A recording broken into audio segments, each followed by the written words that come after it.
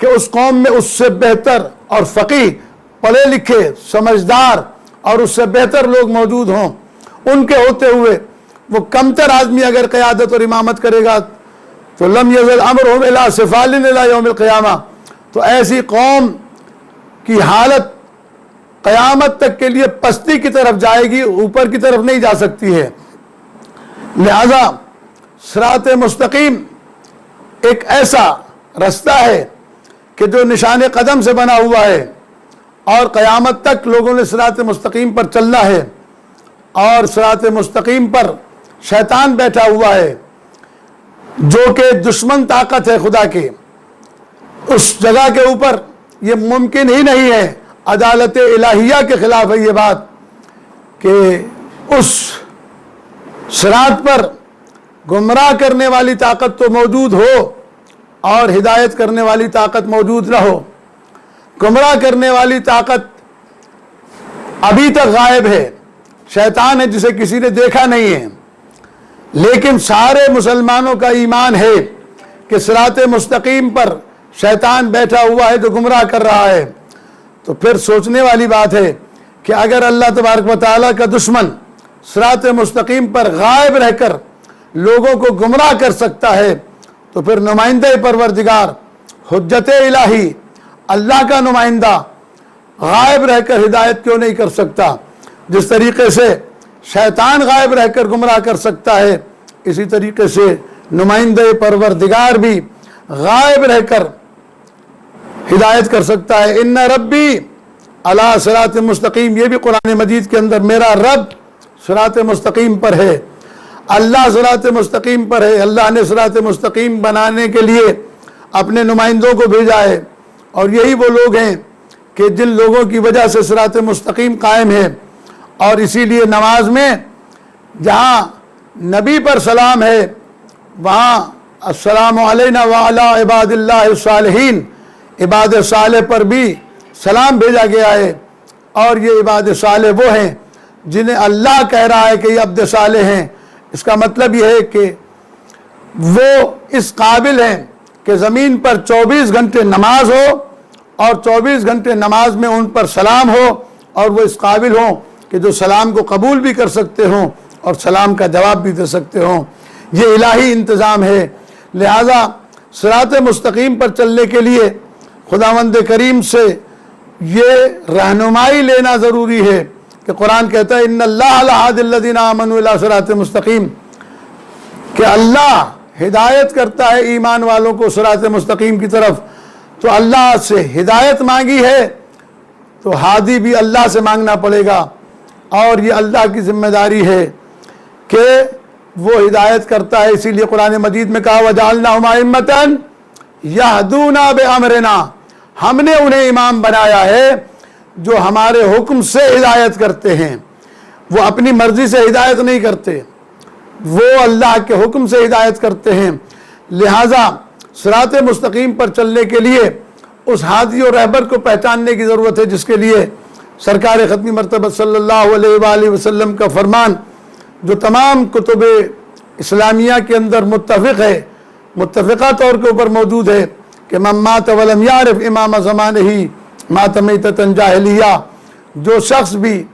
مر جائے اور زمانے کے امام کو نہ پہچانے وہ شخص جہالت اور کفر کی موت مرتا ہے۔ اس لیے کہ ہر انسان کو قیامت کے دن اپنے امام کے ساتھ دنیا سے جانے کے بعد امام کے ساتھ پکارا جائے گا۔ قیامت میں ہر آدمی اپنے امام کے ساتھ پکارا جائے گا، ہر شخص کی رہنمائی۔ اب جو شخص قیامت کے دن سچے امام کے ساتھ آئے گا